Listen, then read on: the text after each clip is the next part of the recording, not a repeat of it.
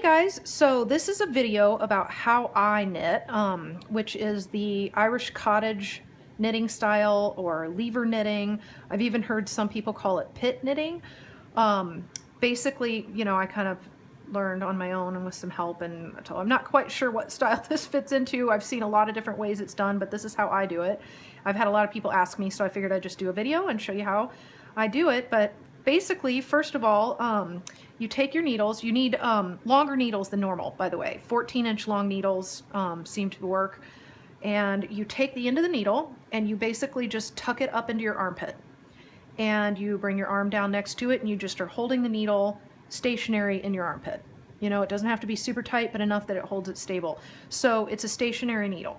The only needle that moves in this style is this one. And the angle that you need it at is about like this. So this needle is straight up and down, and this one is held stationary in your armpit, okay?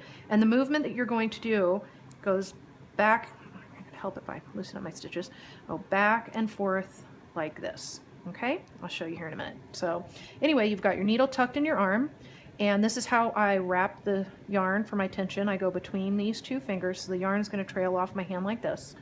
Between these two fingers, around my middle finger, and behind my ring finger. And so what you're doing to get the tension is you're kind of pushing against the needle a little bit. Not really pushing, I mean, you could really let it go too, but you can rest the palm of your hand on the needle here if you want, and you're kind of tensioning this way. You could almost, if you tuck this finger in tight, you can make it tighter, and you can almost kind of get, a hold on the needle this way. And so that's how you tension your yarn, both for knitting and for purling.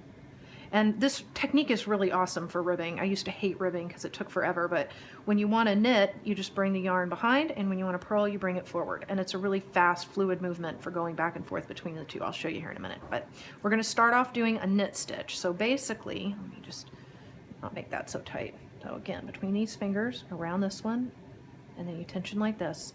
You go into your stitch here, wrap your yarn, come up and back down.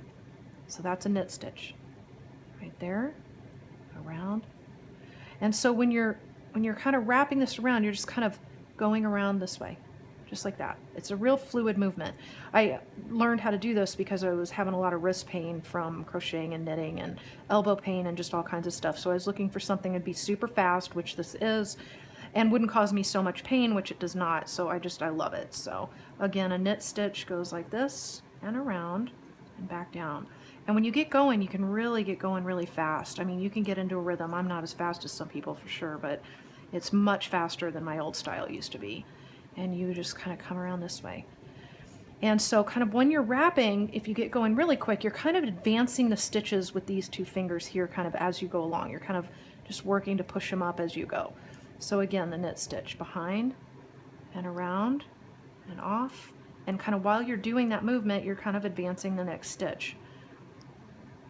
Like this. I'm going to slow it down so I can show you guys here. Okay. Purling is kind of the same movement. You're just bringing the yarn around to the front, and you go into the front of the stitch this way and around and back off. So into the front of the stitch, your yarn's in the front of the needle now. Here, around, and back down. And so obviously for ribbing, it's awesome because you're over here this way for knit, right? So your yarn is behind you, you're tensioned here, you do your knit stitch, bring your yarn around to the front, and do your purl stitch. So much faster. Oh my gosh, so much faster. I actually don't avoid ribbing anymore because of this. Just if I could get it in there. There you go. And you can just really get going. You just kind of pull these back and keep advancing your stitches, and that's really about it.